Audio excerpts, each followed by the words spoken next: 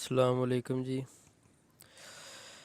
یہ ہم نے ایک یوٹیوب چینل بنایا ہے، اس کا نام ہم نے رکھا ہے ان پاپولر قرآنک ورسز، یعنی کہ غیر مقبول قرآنی آیات۔ اس سلسلے میں یہ پہلی ویڈیو بنا رہے ہیں۔ تو یہ ہے ویب سائٹ ہے القرآن الکریم .net۔ بہت زبردست ویب سائٹ ہے قرآن پاک کو آن لائن پڑھنے میں۔ آپ اس کو بائی سورہ آیت نمبر دے کے لکھ کے بھی اس میں سرچ کر سکتے ہیں۔ پارہ میں جائیں یا سورت میں جائیں، جو بھی آپ نے پڑھنی ہے اس میں آیت نمبر لکھیں اور سرچ کریں تو وہ آیت بما تفسیر نکل آئے گی۔ تراجم اس میں دو شو ہو رہے ہیں فی الحال، الکنز الایمان کنز العرفان اور تفسیر سورۃ الجنان، یعنی کہ مشہور تراجم ہے اور مشہور تفسیر شو ہو رہی ہے۔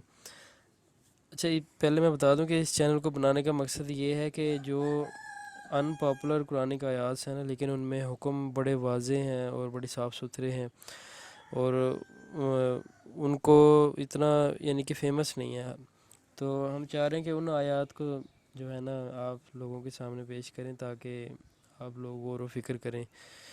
تو ٹائم ضائع کیے بغیر میں شروع کرتا ہوں جی۔ سب سے پہلے ہم نے سود کے بارے میں قرآنی آیت چنی ہے۔ ویسے تو آپ کو سب کو پتہ ہے کہ سود حرام ہے، قطعی طور پہ حرام ہے، وہ بالکل بھی اس کی اجازت نہیں ہے کسی صورت میں، لیکن کچھ ایسی آیات ہیں نا جن میں بہت ہی واضح حکم ہے، اور جو لوگ ابھی بھی اس تہمت کا شکار ہیں تو وہ ان کے لیے ہے کہ وہ کیسے ان کو چاہیے کہ قرآن پاک سے گائیڈنس لیں، اور جب اتنا واضح طور پہ منع کر دیا گیا ہے تو اس میں بالکل بھی مشغول نہ رہیں مزید۔ تو کیسے مشغول نہ رہیں یہ قرآن پاک میں خود بتایا گیا ہے۔ یہ تقریباً 275 سورۃ البقرہ کی 275 آیت سے لے کے 278 آیت تک، یعنی کہ تین تقریباً بنتی ہیں یہ چار آیات۔ ان میں بڑا واضح حکم ہے، جیسے کہ میں آپ کو یہ سورۃ البقرہ کی 275ویں آیت سے شروع کر کے بتاتا ہوں۔ یہ تقریباً سورۃ البقرہ کے اینڈ پہ ہے یہ جو آیات ہے نا۔ تو پہلی آیت مبارکہ ہے، اس کا اردو ترجمہ پڑھتے ہیں ہم۔ کنز الایمان سے پڑھ لیں یا کنز العرفان سے پڑھ لیں، جو بھی آپ کو بہتر لگے، یا کسی بھی اور جو ترجمہ جس پہ آپ بلیو کرتے ہیں کسی اور رائٹر پہ وہ پڑھ لیں، لیکن یہ اس میں صرف آیات ہم وہی لے کے آئیں گے جس میں سب مترجم جو ہے نا وہ اس پہ متفق ہوں اس کے ترجمے پہ، تو یعنی کہ ترجمہ ان کا ایک صحیح ہو۔ تو اس میں یہ دو آپشن ہیں، تو باقی بھی میں ان کو دوسرے تراجم کے ساتھ میچ کر کے پھر ہی لاؤں گا، کیونکہ اگر کسی میں 19-20 کا بھی فرق ہوا تو ہم اس کی ویڈیو نہیں بنائیں گے، کیونکہ لوگ پھر اعتراض کرتے ہیں کہ آپ نے کنز الایمان کا بنا دیا، فلانی کا نہیں بنایا، تو کسی اور مترجم کا نہیں بنایا۔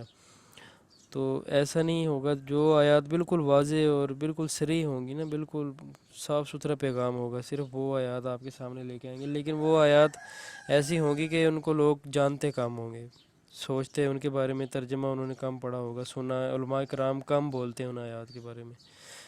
تو یہ ان آیات میں سے ہیں ایک، ان کے ساتھ ہی ریلیٹڈ ہے۔ تو شروع کرتے ہیں جی۔ بسم اللہ الرحمن اعوذ باللہ من الشیطان الرجیم بسم اللہ الرحمن الرحیم۔ جو لوگ سود کھاتے ہیں وہ قیامت کے دن نہ کھڑے ہوں گے مگر اس شخص کے کھڑے ہونے کی طرح جسے آسیب نے چھو کر پاگل بنا دیا ہو۔ ابھی یہ دیکھ رہے ہیں، اب یہ نقطہ ادھر ایک نیچے ہے ہونے، ٹھیک ہے، یہ نقطہ نیچے دراصل یہ رائٹر نے اس طرح لکھا ہے، لیکن یہ نقطہ اوپر ہے، یہ پورے ترجمے میں اسی طرح آئے گا بار بار، تو آپ نے اس کو یہ غور رکھنا کہ یہ نقطہ نیچے نہیں ہے بلکہ اوپر ہے، ہونے ہیں لفظ، یہ ہو بے نہیں ہے بلکہ ہونے ہیں، ٹھیک ہے جی۔ اچھا، دوبارہ شروع کرتے ہیں۔ جو لوگ سود کھاتے ہیں وہ قیامت کے دن نہ کھڑے ہوں گے مگر اس شخص کے کھڑے ہونے کی طرح جس سے آسیب نے چھو کر پاگل بنا دیا ہو۔ یہ سزا اس وجہ سے ہے کہ انہوں نے کہا خرید و فروخت بھی تو سود ہی کی طرح ہے، حالانکہ اللہ نے خرید و فروخت کو حلال کیا اور سود کو حرام کیا۔ تو جس کے پاس اس کے رب کی طرف سے نصیحت آئی پھر وہ باز آ گیا تو اس کے لیے حلال ہے وہ جو پہلے گزر چکا، اور اس کا معاملہ اللہ کے سپرد ہے، اور جو دوبارہ ایسی حرکت کریں گے تو وہ دوزخی ہیں، وہ اس میں مدتوں رہیں گے۔ اس آیت کے شارٹ شارٹ کٹ تھوڑا سا میں آپ کو بتا دوں کہ بتایا گیا نا کہ سود، ایک تو سود بالکل ہی حرام کیا گیا، اور سود والوں کی سزا ہے کہ قیامت کے دن وہ اس طرح ہوں گے جیسے کسی اسیب زدہ حالت میں کھڑے ہیں اور پاگل ہیں. تو نعوذ باللہ بہت سخت، استغفر اللہ، بہت سخت جو ہے وہ ان کے بارے میں وعید ہے. اچھا، نیچے بیان کیا گیا کہ جنہوں نے حکم سود کا حکم آنے سے پہلے اگر کچھ سود انہوں نے وصول کر دیا تو وہ ان کو حلال ہے، یعنی کہ ان کو معاف ہے، لیکن حکم آنے کے بعد جو سود کا لین دین کریں گے ان کے لیے پھر سخت سزائیں ہیں.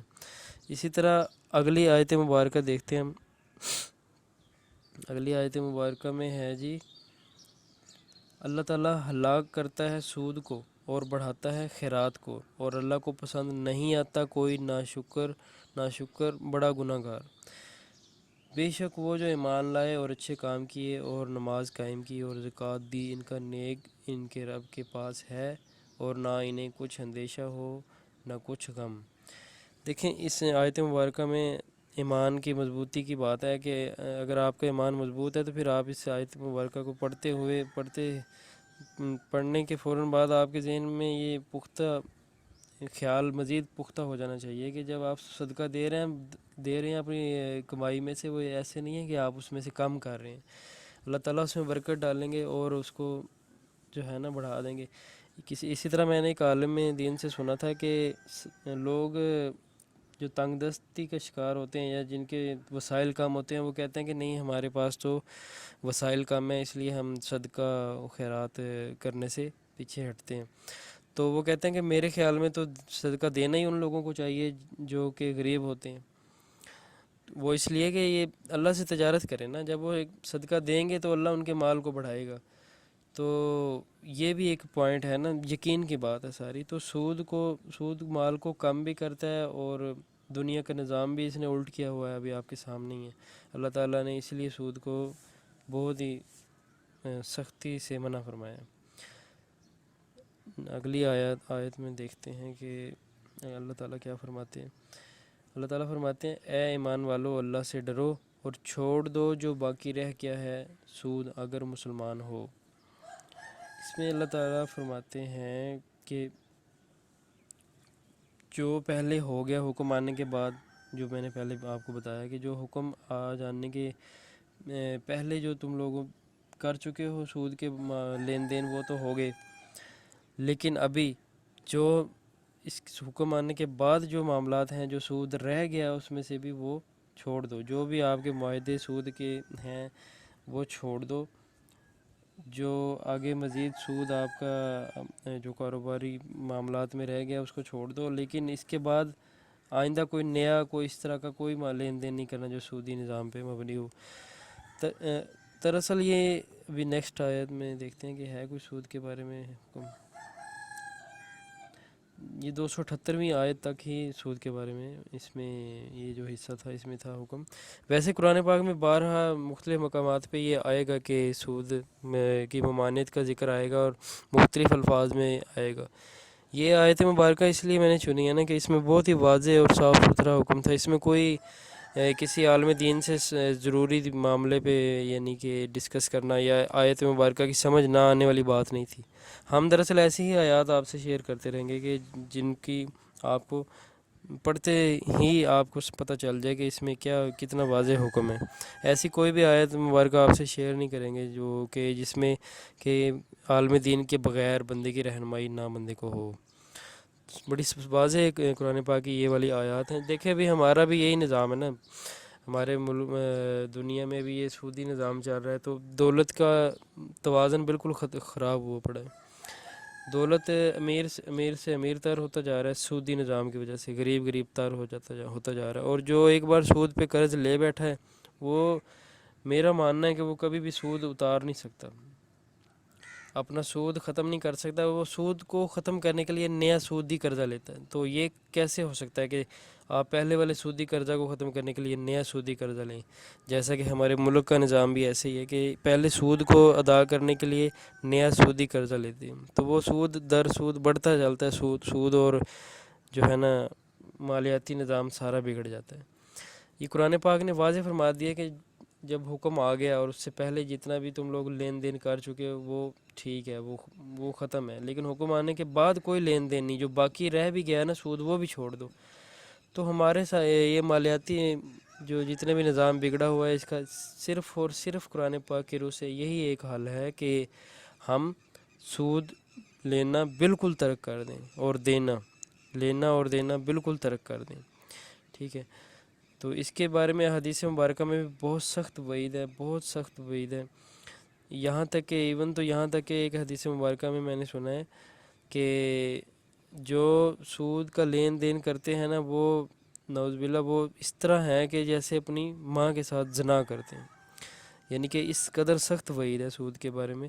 سود چونکہ انسانیت کے بنیادی حقوق پہ ایک قسم کا وار آپ سمجھ لیں، ڈائریکٹلی نقصان پہنچاتا ہے نا، کہ غریب غریب تر ہوتا جا رہا ہے اور امیر امیر تر ہوتا جا رہا ہے۔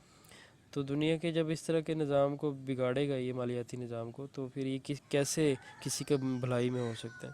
اس کو تو صرف امیر لوگ ہی پسند کریں گے، اور انہوں نے اس نظام کو اسی لیے رائج بھی کیا ہوا ہے۔